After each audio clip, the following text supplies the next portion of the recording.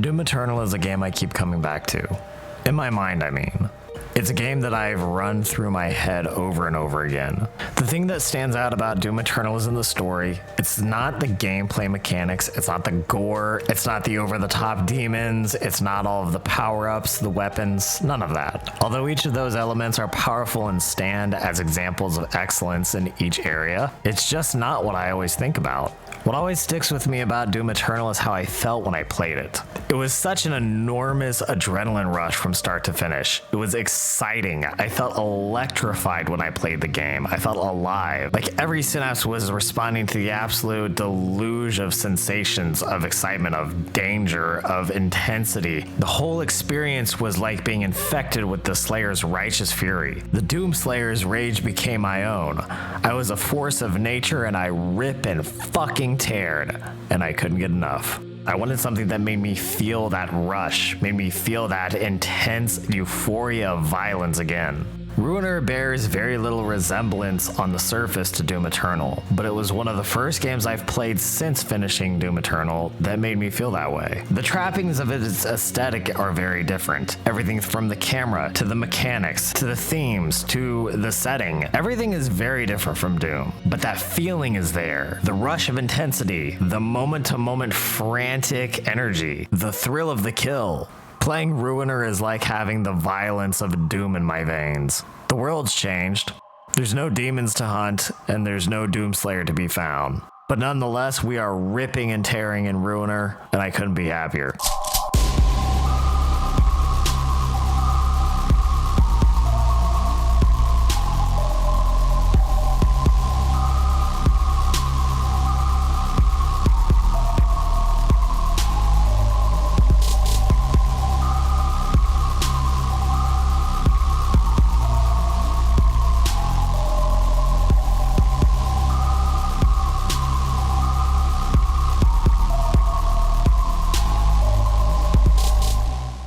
Spoiler warnings before we get any further into the video. I am going to talk about some of the different story elements. While not hugely shocking or earth-shattering, let's be honest, the story's not really the star of this game anyways. Nonetheless, you're going to maybe hear some stuff that might have been a nice little surprise here and there. There might also be some visual spoilers going on from the footage that I'm showing, so, you know, if you want to have like a blind experience of this or not have anything spoiled at all, I suggest you just go play the game. It's absolutely worth your time.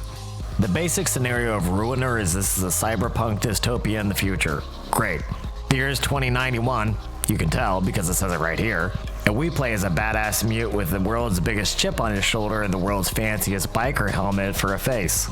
The game tells us that playing with people's lives has never been more fun, and it's not playing around about that. This is pretty obviously reference to the player playing with people's lives, but we'll also see that it's a major theme of the game in general and shown throughout. As we start out, we have one focus, one objective, and it is made glaringly clear.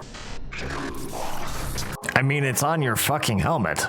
We're really serious about this. We fight our way through a facility wreaking havoc along the way. We don't know who this boss guy is. I don't think the tough guy we're playing as knows who the boss guy is. But the voice in our head says kill the boss. And the people getting in our way aren't doing a very good job of convincing us otherwise. Honestly, no one's making a compelling argument why we shouldn't. Don't do it. Yeah, don't worry about that. Don't do it. Fine. Meet her. After a rather disastrous attempt to get to the boss, she hacks our brain, which was actually being hacked in the first place to get us to kill the boss. She also lets us know that the guy that hacked our brain took our brother hostage as an insurance policy. Her wants to help us get our brother back safely and also stick it to the guy that's been messing around in our head. And she does this purely out of the goodness of her heart with no ulterior motives whatsoever, and we can totally trust her. The story is decent and it does some interesting things with the themes. One of the main themes being who wields control. The answer is everyone. Everyone but you. But as we've established, the story isn't really the main draw here, and honestly, you could probably take it or leave it and still enjoy the game just fine. Ruiner's a pretty short experience. It's only about 5 hours, give or take. There's a couple of elements that are added to the game that you could probably get a little bit more playtime out of, like an arena mode that just has you fighting waves of enemies, or a time attack mode that takes all of the story segments out and just keeps the action. I'm not saying that taking all the story elements out and just playing all the fights is the best way to play, but I'm not saying that it's not. I'm also not saying that the story isn't good.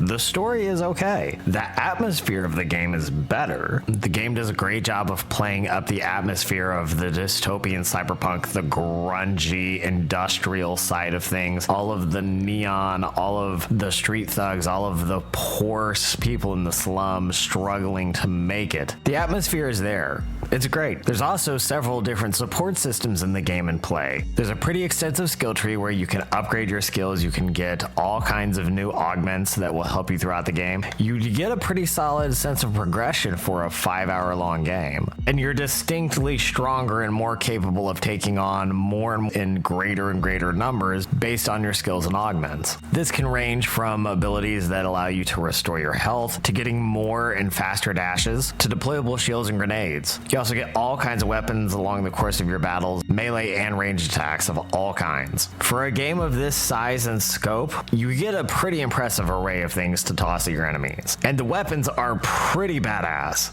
I mean, at one point you literally get a truck axle to attack your enemies with. A truck axle in the teeth makes a real statement. Like, shut up and bleed, motherfucker. That's the actual description. How badass is that? It should also be noted that the music and soundtrack in this game does a ton of heavy lifting. The environments are really well done. The themes of the game are very good. There's definitely a solid story here, and there's some shit that goes down in parts of the game that really blur the line between body horror and psychological horror in a really compelling way. But I think that the soundtrack outshines almost all of this. Just like Doom, so much of the vibe of this game, so much of the energy of the combat and of the carnage comes from the soundtrack. I mean, come on, listen to this.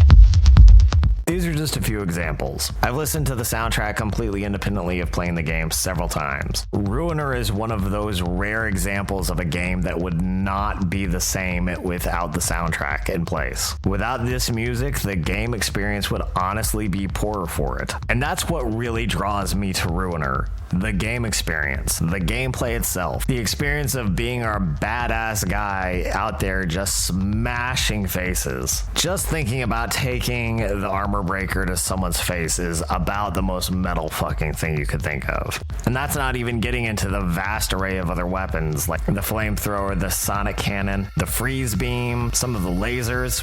You get a fucking missile launcher, and even something as simple as a shotgun packs a great kick. It was one of my favorite weapons to use. It was simple, it was effective, and it hit hard. And for a twin stick shooter isometric perspective game, that's an interesting thing. Overall, if you were to ask me about Ruiner and ask me what is unique about Ruiner, what is something that I've never seen before, what is something that absolutely stands out as the best in the genre, I don't know that I could give you an answer. There's very little about it that is wholly unique. We've seen cyberpunk before, we've seen violence before, we've seen all of the techno bullshit before. None of these things feels like an innovator in the genre or something that we're seeing for the very first time. But none of that really matters because what it did deliver was a quality experience all around.